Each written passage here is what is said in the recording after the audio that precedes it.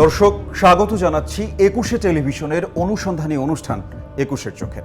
আমাদের চারপাশে যে সকল অসঙ্গতি, চালু থাকা অনিয়ম আর পেশি শক্তির বলয়ে আবদ্ধ থাকা অপরাধ বৃত্তি ছাড়াও অনুসন্ধিৎস প্রতিবেদকের অনুসন্ধানে বেশ কিছু ইতিবাচক তথ্য ও প্রতিবেদন সমৃদ্ধ করে একুশের চোখ, যা খুলে দেয় সমাজের সকল শ্রেণী পেশা মানুষের অন্তর্চক্ষু।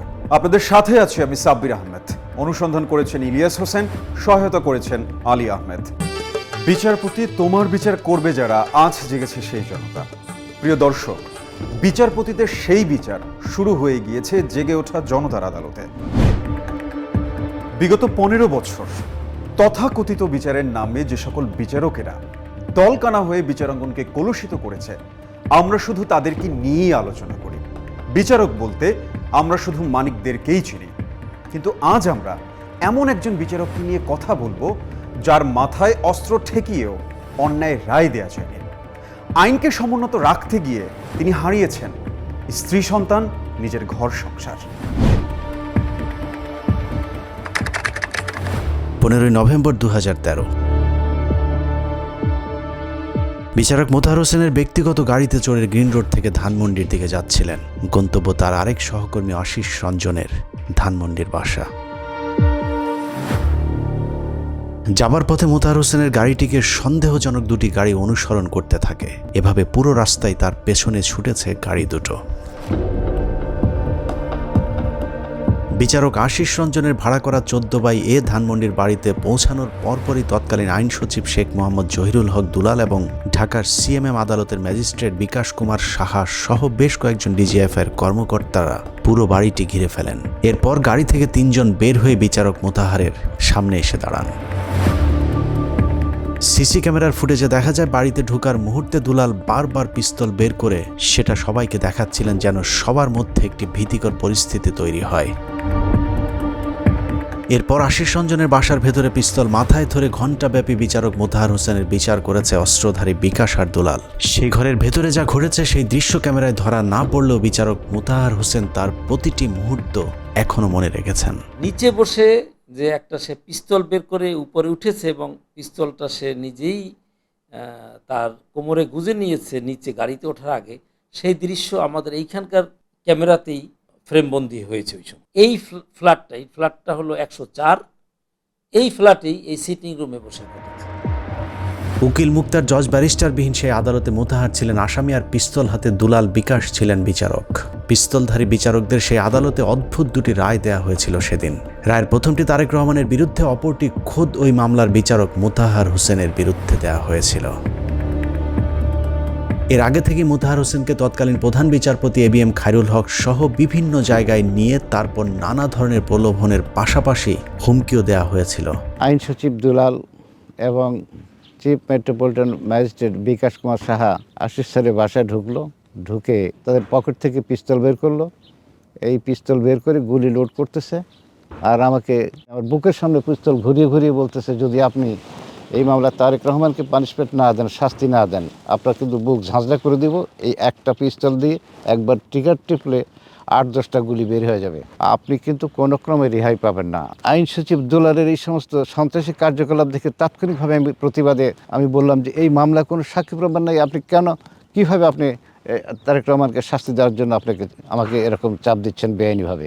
এটা তো হতে পারে না, আমি তো একজন বিচারক।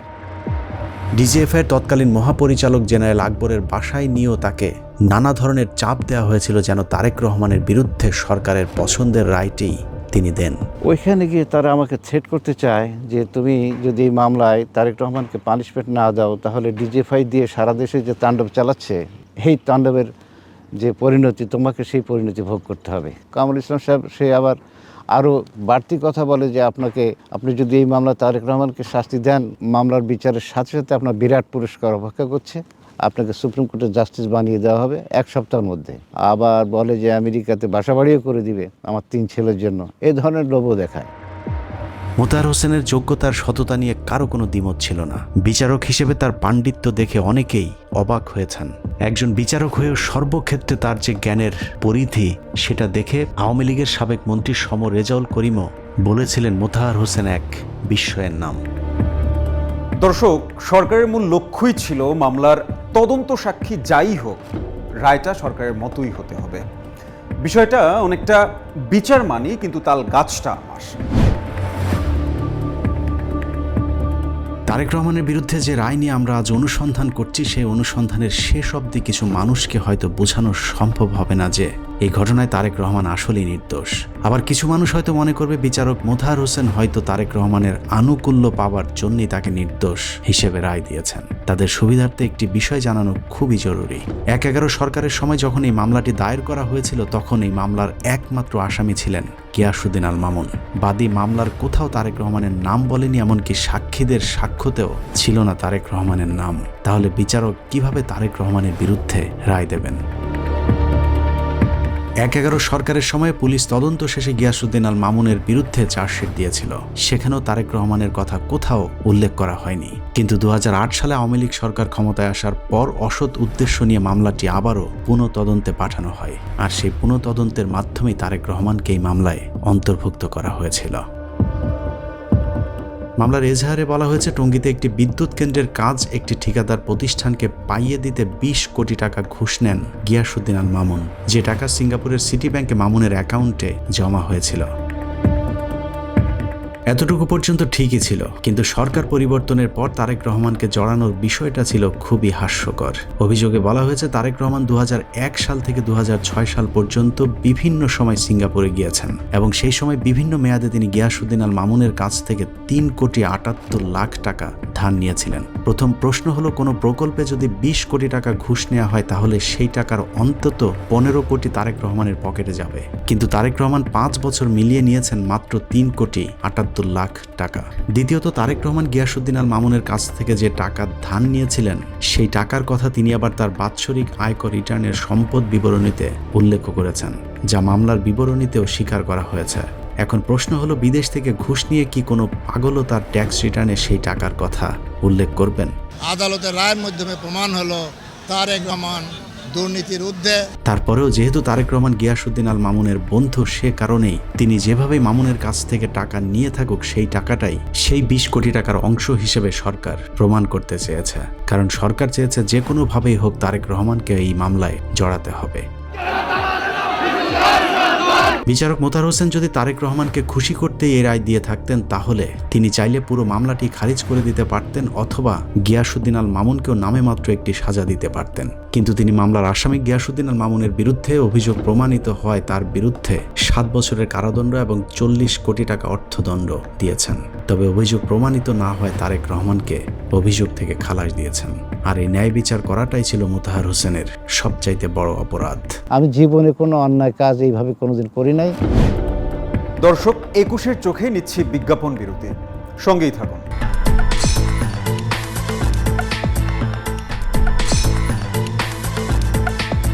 স্বাগত আরও একবার ২১-এর চোখে। দর্শক, ঘটনা যাই হোক, রায় কি হবে সেটা বিচারকের মাথায় পিস্তল ঠেকিয়ে আগে থেকেই ঠিক করে দেওয়া হয়েছিল। ধানমন্ডির সে বাসায় সেদিন বিচারক মোতাহারকে দুটি বিকল্প দেওয়া হয়েছিল। প্রথম বিকল্প, তারেক রহমানের বিরুদ্ধে সরকারের পছন্দ অনুযায়ী রায় দেয়া। দ্বিতীয় বিকল্প, বিচারক মোতাহার হোসেনকে শেষ করে দেয়া। বিচারক মোতাহার হোসেন সেদিন দ্বিতীয় বিকল্পটিকেই বেছে নিয়েছিলেন, আর এই একটি সিদ্ধান্তই তার পুরো জীবন ওলটপালট করে দিয়েছিল। ২০১৩ সালের ১৭ নভেম্বর সকাল ১১:৪৫ রায় ঘোষণার পূর্বে আদালত পাড়ায় টান টান উত্তেজনা বিরাজ করছিল। আওয়ামী লীগের লোকজন আনন্দ মিছিল করবার জন্য আগে থেকে প্রস্তুতি নিয়ে রেখেছিল, কিন্তু তারা কল্পনাও করতে পারেনি কিছুক্ষণ পর আদালত প্রাঙ্গণে আসলে কি ঘটতে যাচ্ছে। সরকারের লিখে দেওয়া রায় না পড়ে নিজের লেখা রায় পড়তে গেলে যে অনেক কৌশলী হতে হবে সেটা মোতাহার হোসেন আগেই জানতেন। কারণ রায়ের ১ মাস আগে থেকে সরকারের বিভিন্ন সংস্থা মোতাহারকে বুঝিয়ে দিয়েছিলেন রায়ে সরকারের চাওয়ার কোনো ব্যত্যয় হলে পরিস্থিতি হবে ভয়াবহ। সব আশঙ্কা মাথায় রেখে সরকারের লিখে দেওয়া রায়ের পাশাপাশি মোতাহার হোসেন নিজের লেখা রায়টিও আদালতে নিয়ে গিয়েছিলেন তার এক সহকর্মীর সহায়তায়। উনি যাওয়ার সময় আমাকে দায়িত্ব দিয়ে গেলেন যে এই কাগজটা ওনার যে এজলাসের পাশে ওনার যে রুম সেখানকার যে বাথরুমের ফ্ল্যাশ ট্যাঙ্কের পিছনে যেন লুকিয়ে রাখা হয়। এখানে অরিজিনাল রায়টা যেটা উনি দিবেন সেটাই লেখা আছে। বিচারক এজলাসে ঢোকার ঠিক আগ মুহূর্তে পাশের বাথরুম থেকে তার সহকর্মী রায়ের মূল কপিটি নিয়ে আসেন। বিলম্ব না করে নিজের লেখা রায় পড়ে দ্রুত এজলাস ত্যাগ করেন মোতাহার হোসেন। রায়ের অংশ পাঠ করার পূর্বে স্যারের এই গাউনের ভেতরে বুক পকেট থেকে রায়ের অংশটা বের করে পাঠ করে শোনেন। তারেক রহমান সাহেবের বিরুদ্ধে কোনো অভিযোগ পান নাই। ডাইরেক্ট উইটনেস এবং সার্কামস্টেন্সিয়াল এভিডেন্স এর উপর নির্ভর করে মামলাটা উনি খালাস পাবেন। একই সাথে যার বিরুদ্ধে অভিযোগ আছে সেই অভিযোগে গিয়াসউদ্দিন আল মামুন সাহেবকে উনি সর্বোচ্চ সাজা প্রদান করেন। তবে সরকারি গোয়েন্দা সংস্থাগুলো তাদের সিদ্ধান্তের বাইরে কোনো রায় হতে পারে তার জন্য মোটেও প্রস্তুত ছিলেন না। আইন সচিব দুলাল আর বিকাশ কুমারদের কিং কর্তব্য বিমূঢ় করে মোতাহার হোসেন এজলাস থেকে বের হয়ে চলে যান অজ্ঞাত স্থানে। আদালতে ততক্ষণে আওয়ামী লীগের একদল বিক্ষোভ করতে শুরু করেছে, যে দলটি মূলত তারেক রহমানের বিরুদ্ধে রায়ের পর আনন্দ মিছিল করবার জন্য আদালত প্রাঙ্গণে উপস্থিত হয়েছিলেন। অন্যদিকে বিএনপিপন্থী আইনজীবীরা বিচারক মোতাহার হোসেন সম্পর্কে বলেছিলেন, হাজারো কাপুরুষের মাঝে একজন সৎ সাহসী বিচারক মোতাহার হোসেন। আদালতের রায়ের মাধ্যমে প্রমাণ হলো এই অভিযোগ রাজনৈতিক উদ্দেশ্যে করা হয়েছিল। বিএনপির সেই প্রশংসা অবশ্য বিচারক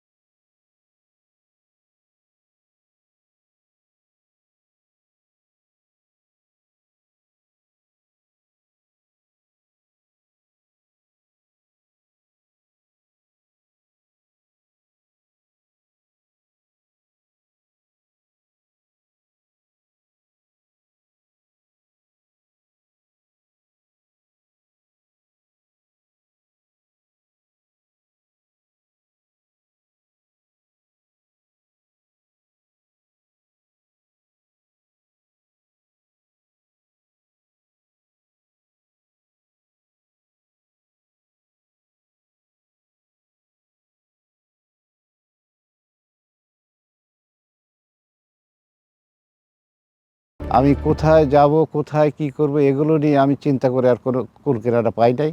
তাই আমি ঢাকার আমার এক পরিচিত ঘনিষ্ঠ এক লোকের বাসায় সেখানে গিয়ে আমি পালিয়ে থাকি। 31শে ডিসেম্বর থেকে 8 দিন তিনি ওই বাড়িতে পালিয়েছিলেন। পালিয়ে থাকার ওই সময়টুকুতে তার বাড়িতে বিভিন্ন গোয়েন্দা সংস্থার লোকজন হানা দেওয়ার পাশাপাশি বোমা হামলার ঘটনাও ঘটেছিল। পরিস্থিতি বেগতিক দেখে মোতাহার হোসেন সিদ্ধান্ত নেন তিনি দেশের বাইরে চলে যাবেন। পরের দিন থেকে এখানে ক্ষমতাসীন লোকজন আসছে, তারপরে পুলিশ আসছে। ওনার এখান থেকে বেরিয়ে যাওয়া খুব কষ্ট হয়েছে। এখানে ককটেলও ফুটছে। এরপর দ্রুত সময়ের মধ্যে মালয়েশিয়ার ভিসা করে চলে যান সেই দেশে। কিন্তু বিচারক মোতাহার হোসেন ও তার ছেলে রাহুলকে নিয়ে মালয়েশিয়া যাওয়ার পরেও বিপদ তাদের পিছু ছাড়েনি। দেশ ছেড়ে পালানো ছাড়া আমার আর কোনো গত্যন্তর ছিল না। তাই আমি 8ই জানুয়ারি মালয়েশিয়ায় গিয়ে থাকলাম সেখানে প্রায় 8 বছর।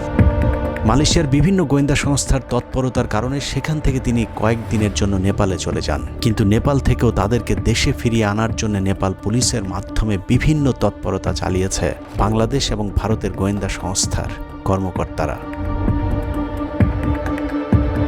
নেপাল থেকে কোনো মতে ছুটে মালয়েশিয়া যেতে পারলেও পরের 8টি বছর তাদেরকে পালিয়ে কাটাতে হয়েছে। পালিয়ে থাকার সেই সময়ের বর্ণনা দিতে গিয়ে এখনও মোতাহার হোসেন আটকে ওঠেন। আমাকে ধরে নিয়ে গিয়ে যদি জেলে দিত তাহলে হয়তো প্রাণ বাঁচত, কিন্তু বাংলাদেশ থেকে মালয়েশিয়ায় গোয়েন্দা বাহিনী এসে জোর করে ধরে নিয়ে যায় তাহলে আমাকেও গুম করে ফেলবে। এই যে মৃত্যুর ভয়, তখন 500-700 মাইল দূরে জঙ্গলের মধ্যে গিয়ে আমি বাস করতাম আমার ছেলেকে নিয়ে। একদিকে মোতাহার হোসেনকে ধরার জন্য মালয়েশিয়াতে তৎপরতা চলতে থাকে, অন্যদিকে তার পরিবারের অন্য সদস্যদের উপর চলতে থাকে শারীরিক মানসিক সব ধরনের নির্যাতন। দুদককে লেলিয়ে দেয়া একের পর এক মামলায় মোতাহারের পুরো পরিবার যাযাবরের মতো পথে পথে ঘুরতে থাকেন। এরই মধ্যে মোতাহারের স্ত্রী মালয়েশিয়া চলে গেলেও তার ছেলে রাসেলকে গ্রেপ্তার করে পুলিশ। গ্রেপ্তারের পর রাসেলকে মধ্যযুগীয় কায়দায় নির্যাতন করা হয়। বিভিন্ন সংস্থা নির্যাতনের এক পর্যায়ে রাসেল মানসিক ভারসাম্য হারিয়ে ফেলেন। দীর্ঘদিন বন্দী থাকার পর রাসেল জেল থেকে বের হলেও স্বাভাবিক জীবনে আর ফিরে আসতে পারেননি। 18 সালের নির্বাচনের আগে আমাকে অ্যারেস্ট করছিল পুলিশ। আমি জেলও খাটছি। কিছু লোকজন আছে আমাদেরকে দেখলে নাক সিটকাতো। অর্থনৈতিকভাবে বলেন, সামাজিকভাবে বলেন, এটা নানা ক্ষেত্রেই আমাদেরকে হয়রানি করছে। এদিকে রাসেল জেল থেকে বের হয়ে জানতে পারেন তার 3 মাসের সন্তানকে রেখে তার স্ত্রী চলে গিয়েছেন অন্যজনের সাথে। রাসেলের সেই 3 মাসের সন্তানের বয়স এখন 10 বছর, কিন্তু রাসেল এখনও বিশ্বাস করেন তার স্ত্রী আবারও ফিরে আসবেন। যদিও তার স্ত্রী যে আর ফিরে আসবে না সেটা বোঝার মতো মানসিক শক্তিও হারিয়ে ফেলেছেন রাসেল। মানসিকভাবে আমরা আমি খুব দুর্বল হয়ে আছি। ঘটনার এখানেই শেষ নয়। সন্তানদের বিপদের মুখে ফেলে মালয়েশিয়া যাবার পর বিচারক মোতাহারের স্ত্রী স্ট্রোক করে পুরোপুরি পঙ্গু হয়ে যান। বেশ কিছুদিন মালয়েশিয়ার বিভিন্ন হাসপাতালে চিকিৎসা চললেও অর্থের অভাবে চিকিৎসা বন্ধ হয়ে যাওয়ার পর তারা সিদ্ধান্ত নেন তাকে বাংলাদেশে পাঠিয়ে দেবার। মোতাহারের খুব স্বপ্ন ছিল স্ত্রী আবারও সুস্থ হবেন, একসাথে সংসার করবেন, কিন্তু সেই স্বপ্ন আর পূরণ হয়নি। মালয়েশিয়া থেকে যেবার স্ত্রীকে বিদায় দিয়েছিলেন সেটাই ছিল তাদের এই পৃথিবীতে শেষ দেখা। মালয়েশিয়া চিকিৎসা করলাম। চিকিৎসা করতে করতে যখন আমার আর অর্থকড়ি ছিল না, তখন তাকে দেশে পাঠিয়ে দিলাম। দেশে আসার পর একদিকে মামলার ভয়, অন্যদিকে অর্থের অভাবে চিকিৎসাধীন হয়ে মৃত্যুবরণ করেন তিনি। মোতাহার হোসেনের স্ত্রীর জীবনের শেষ দিনগুলো কেটেছে অত্যন্ত দুর্বিষহ কষ্টের মধ্য দিয়ে। গ্রামের বাড়িঘর, পুকুর, মাঠের জমি সব দখল করে নিয়েছিল স্থানীয় ছাত্রলীগ, আওয়ামী লীগের সন্ত্রাসীরা। সর্বস্ব হারিয়ে শেষ জীবনে নাটোর শহরে 5,000 টাকার ভাড়া বাসায় থাকতে হয়েছিল মোতাহার হোসেনের স্ত্রীকে। সেবা শুশ্রূষা আর চিকিৎসার অভাবে 2020 সালের 6ই আগস্ট স্বামী সন্তানবিহীন দুর্বিষহ এক জীবনের পরিসমাপ্তি ঘটে বিচারক মোতাহার হোসেনের স্ত্রী আরজুমান আরা বেগমের। তার সাথে কথা ছিল যে আমরা আবার একত্রে বাংলাদেশে বসবাস করব, অথবা তাকে নিয়ে মালয়েশিয়া আমি চলে আসব, কিন্তু শেষ দেখা আর হয়নি। দর্শক, 21-এর চোখে নিচ্ছি বিজ্ঞাপন বিরতি, সঙ্গেই থাকুন।